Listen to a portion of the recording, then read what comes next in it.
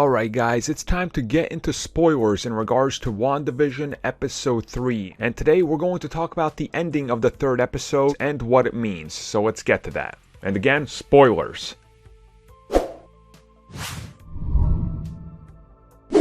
So during the course of the third episode, we definitely get more insight and a better look into this mysterious world that they're living in and sort of how everything seems to be bound to this town. For example, you seem to be almost bound and locked to it and you cannot escape or leave it. And that's definitely something that they play around with, and those elements seem very prevalent. And throughout the episode, we see Wanda and her pregnancy go throughout the second and third trimester, and at the end, she ends up giving birth. Now, while this happens, we see that at the end of the episode, she comes face to face with Monica. The two are having a conversation, and Wanda suddenly realizes that something is not right. She once had a brother. She had Pietro. And Pietro is actually brought up due to something that Monica says when she mentions Ultron. Now, it is here where the show once again shifts the way it's presented and what is happening, because we see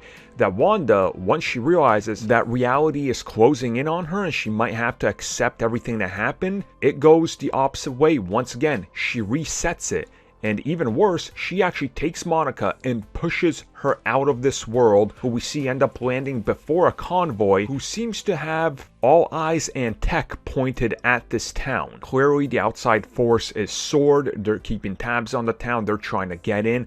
They were trying to send people, because in the episode, we see that the neighbors are wondering, who is this new person? How did she hear? She's brand new, referencing Monica. And at the same time that this was happening, we see Vision outside with the neighbors, and they seem rather off as well, as in they're also questioning what is going on, and they're almost about to say something to Vision before everything gets, again, scrambled by Wanda's doing. So there's definitely this sense throughout the episode that everybody is stuck here. Some people, even though we thought they might be stuck here on purpose trying to get something out of Wanda, it might actually be the opposite of it, such as Agnes, who seems worried that if they tell Vision anything, things could go the opposite way and Wanda might almost snap. And we see that in this episode a few times where her powers cause all sorts of problems for the entire town. So again, we're looking at some interesting stuff here. The mention of Ultron just outright and snapping Wanda into this weird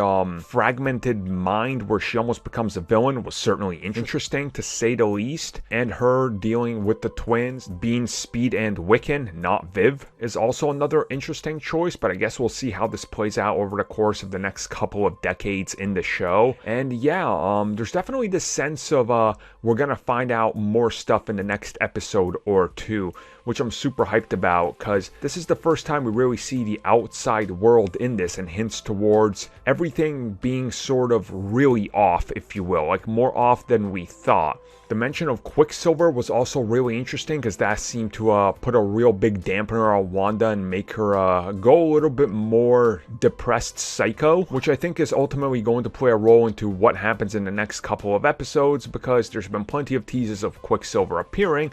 Which one, we don't know, but I guess this is slowly building up that anticipation.